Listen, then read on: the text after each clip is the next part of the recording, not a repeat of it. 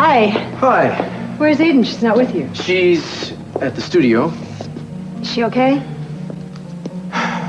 Not really. She's pretty tired. She hasn't been sleeping. She's been having a lot of bad dreams. What is she dreaming about? I was hoping you might tell me. Oh, me, huh? You and Lionel and Eden and Channing Jr. out there on the yacht. Although in the latest dreams, Channing has already left. I guess it was right after he learned that he was not, in fact, Cece's son, but Lionel's. So it was basically Eden out there alone, watching the two of you. What happened? I don't know, Sophia. I wasn't there. They're only dreams. I don't think they are only dreams. They're very real to her. They're as difficult as anything she's had to deal with ever in her life. Goes on, doesn't it? And I think it'll continue to go on and on unless somebody does something to put a stop to it. I'll do anything I can. When I was here the other day, I asked you to tell me everything that you remembered about the time you spent with Lionel on the yacht. Anything I told that Eden, well, you did, but not quite everything. There's a period of time that's still unaccounted for, and I think we need to cut to the chase here and get to it.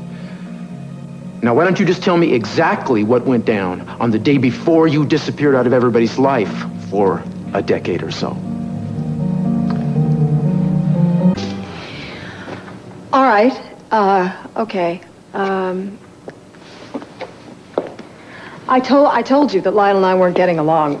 Well, it was worse than that. I mean, it got so bad, I told him I never wanted to see him again.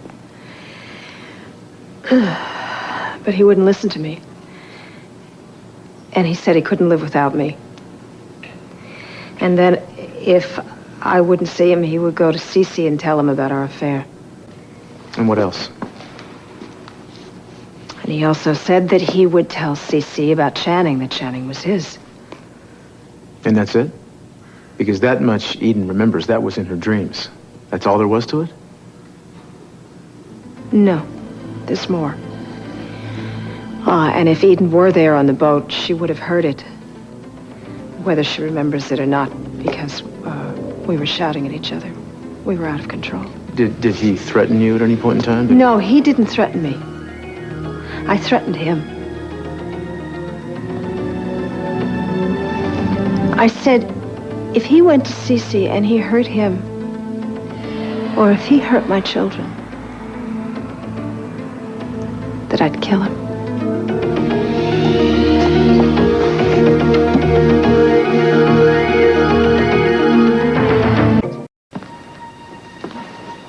Eden didn't mention anything about you threatening Lionel.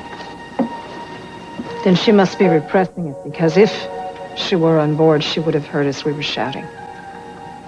Well, that's odd, because she's remembered just about everything else from that day. Albeit slowly. It's the day after the day you disappeared that she's blocked out. I know. That day is basically an empty page in her journal. Right? Some kind of epitaph for me, isn't it? It's almost as if I never existed. Well, I guess as far as she's concerned, you didn't. At least not for a long time. So tell me, what did happen that day, the day you disappeared? Everyone thought you had drowned. I don't want to go through it again. Sophia, you have to. You have to make this real again so that Eden can reconcile what she saw with who she is because of it.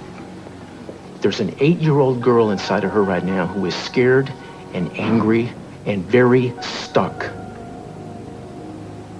You are the only person in a position to free that girl and give Eden back her life. Don't you understand? It's like reliving my own death.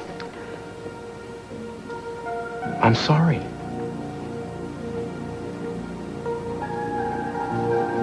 I'd do anything for her. It's like being a guest at your own funeral. When I pass away, it'll be redundant, won't it? It won't be redundant for Eden. She has yet to experience that original loss. She did not allow herself to grieve. She did not permit herself to be released. You know, over the course of a lifetime, a parent has has to die 100 different little deaths to ensure the survival of their children. Right now, her lifeline is tangled up in this. You have to cut her loose. I know I do. So please, just tell me what happened that last day out there on the yacht. If she knew that you were out there, if she swam out there... But that's just it. If she were, I don't think she could have been on that boat. Cruz, it was a big boat, but we would have known. We would have known if she...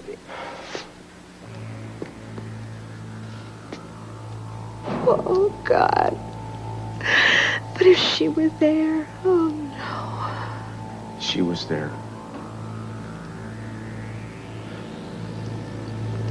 I don't quite understand why you were there. You just had told the man you didn't want to see him again.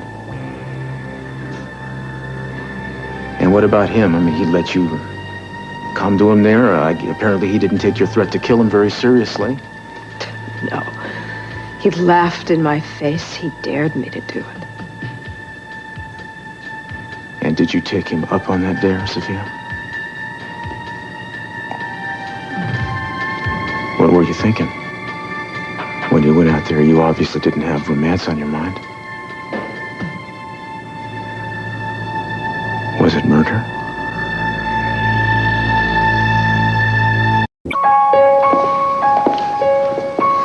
Were you going to kill him? This is a terrible, awful, difficult thing to talk about, Cruz. I am aware of that, Sophia. I want you to know that I'm not feeling sorry for myself. I brought this on myself. You asked me if I intended to kill him. Yeah, that's what I'm asking you. I knew what he was capable of. I knew that he was out of his mind with jealousy. And I knew that he would go to Cece and tell him everything that happened and enjoy the expression on Cece's face when he told him. People threaten to do a lot of things in the heat of a moment. No, he meant every word he said, and so did I. When I told him I didn't want to see him anymore, there's absolutely no way we could have gone on because I hated him. And I hated myself for what I'd done. And I was out of my mind with worry that he would expose us. That's why I went back to the yacht that day, to plead with him, to beg him not to say anything. And if not for my sake, to spare the children. Well, despite your intentions, apparently Eden was not spared any of this. And I need to know what she saw and heard out there.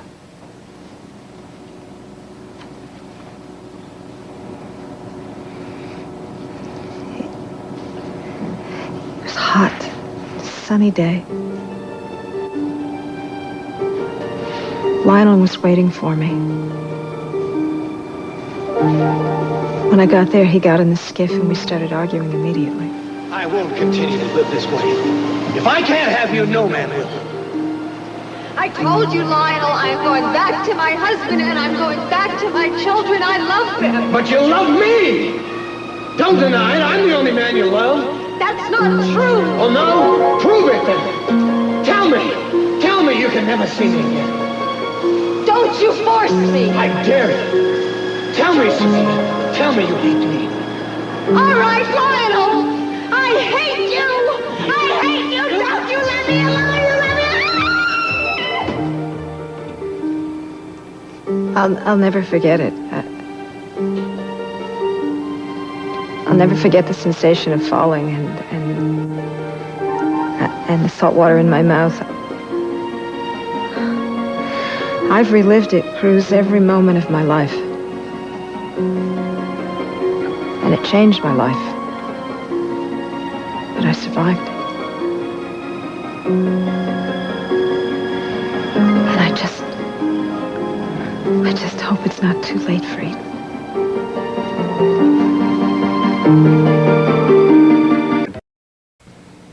All the pain and suffering I've put my family through. I mean, it doesn't even make a difference that it was unintentional because the damage is done.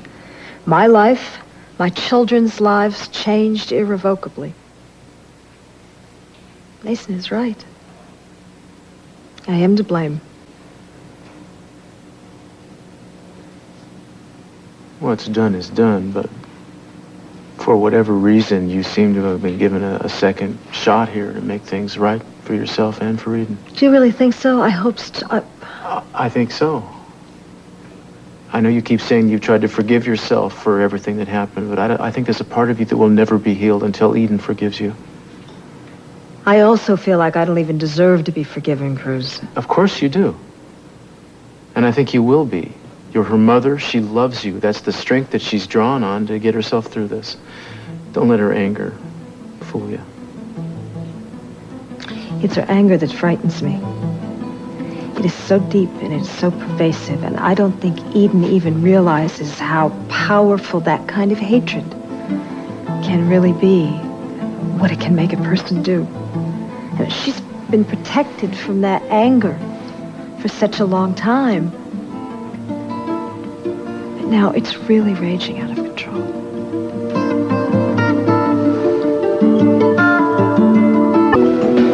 Mama, Cruz, hi. Hi. Is Eden here? No, she's doing her broadcast. Hi, Robert. Cruz? Is Daddy here? No, but I expect him really soon. Well, maybe that's a good omen because I have an announcement to make, and I'd like to just tell you, and maybe you could pave the way for Daddy. What is that? Kelly has agreed to marry me. He'd be married as soon as possible. That's what I don't know what to say. I mean, it's wonderful. It's wonderful. You mean that? Yes, I do, baby. Yeah, I do. Congratulations. Wish you both all the best. Thank you, Cruz. That means a lot.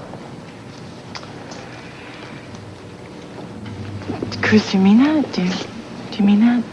Yeah, well, I think he's a very lucky guy, and you're very good for him. No, he's good for me, too. You sure, Kel? As sure as I can be. Well, I guess that's all you can ask for. Except for one thing else, and that's that you need to be happy, darling. Okay? Yeah. I'm going to get some champagne. Help me. Yeah. Okay, we'll be right back. Are you happy, Kelly? Yeah, I do have to ask. I think I'm going to ask you one time a day for the rest of our lives.